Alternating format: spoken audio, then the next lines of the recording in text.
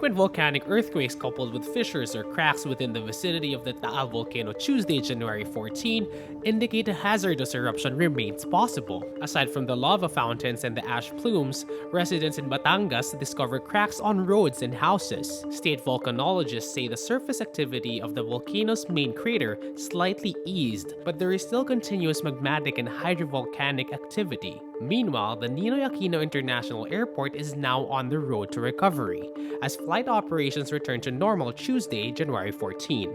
Operations were suspended Sunday evening, January 12, when volcanic ash reached airport traffic ways. Manila International Airport Authority Chief Ed Monreal says the airport's operations may again be suspended, depending on the status of the Taal volcano and other related factors.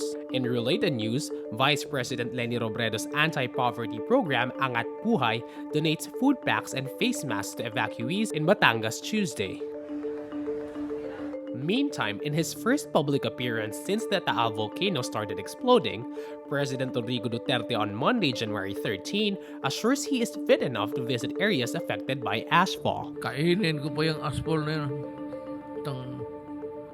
Pati yung taalan, ihian ko yan. Itong buwisit na yan. Batangas was placed under state of calamity Monday, January 14. The number of evacuees rose to more than 24,000. The Taal volcano remains under alert level 4, meaning a hazardous eruption may still occur within hours or days. Follow Rappler.com for updates.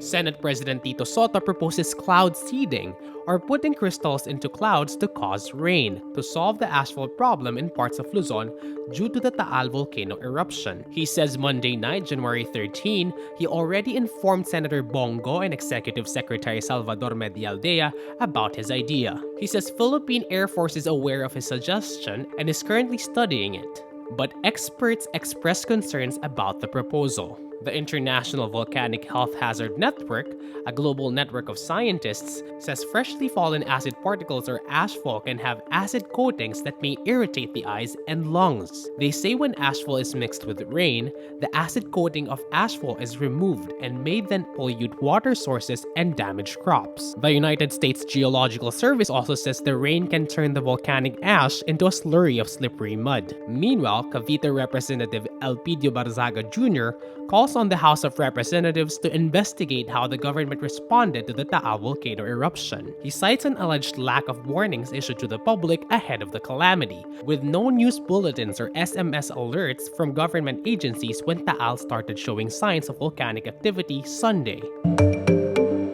Queen Elizabeth II allows her grandson Prince Harry and his wife Meghan to split their time between Canada and Britain in a transition period. This comes as the royal family figures out how to deal with Harry and Meghan's shock resignation from frontline royal duties. In a statement, the Queen says, "Today my family had very constructive discussions on the future of my grandson and his family.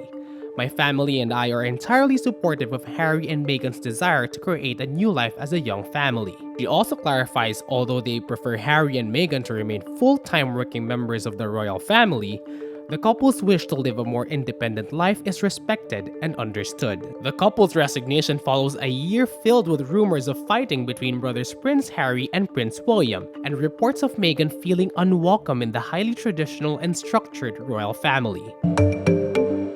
Controversy brews in the Oscar nominations as critics focus on an award season lacking representation from women and ethnic minority filmmakers. Neither the Golden Globes or the Directors Guild Awards included any female-helmed films in their top categories, with Greta Gerwig's acclaimed Little Women adaptation notably absent. Controversy over those omissions was also fueled at last week's BAFTA nominations, which were also condemned for overlooking ethnic minorities. Oscar nominations are revealed Monday, January 13. Nominees for Best Picture include Quentin Tarantino's 1960s Tinseltown homage Once Upon a Time in Hollywood and Sam Mendes' World War I Odyssey 1917. The Oscars will be handed out in Hollywood on February 9. Phase 4 of the Marvel Cinematic Universe kicks off with Black Widow, the Natasha Romanoff origin story starring Scarlett Johansson. In the upcoming spy thriller, Black Widow confronts her dark past when a dangerous conspiracy arises. Pursued by a force that will stop at nothing to bring her down, Natasha must deal with her history as a spy and the broken relationships left in her wake long before she became an Avenger. Florence Pugh, David Harbour, and Rachel Weisz joined the Black Widow cast. The film is directed by Kate Shortland and produced by Kevin Feige. Black Widow will be released in Philippine cinemas in April 2020.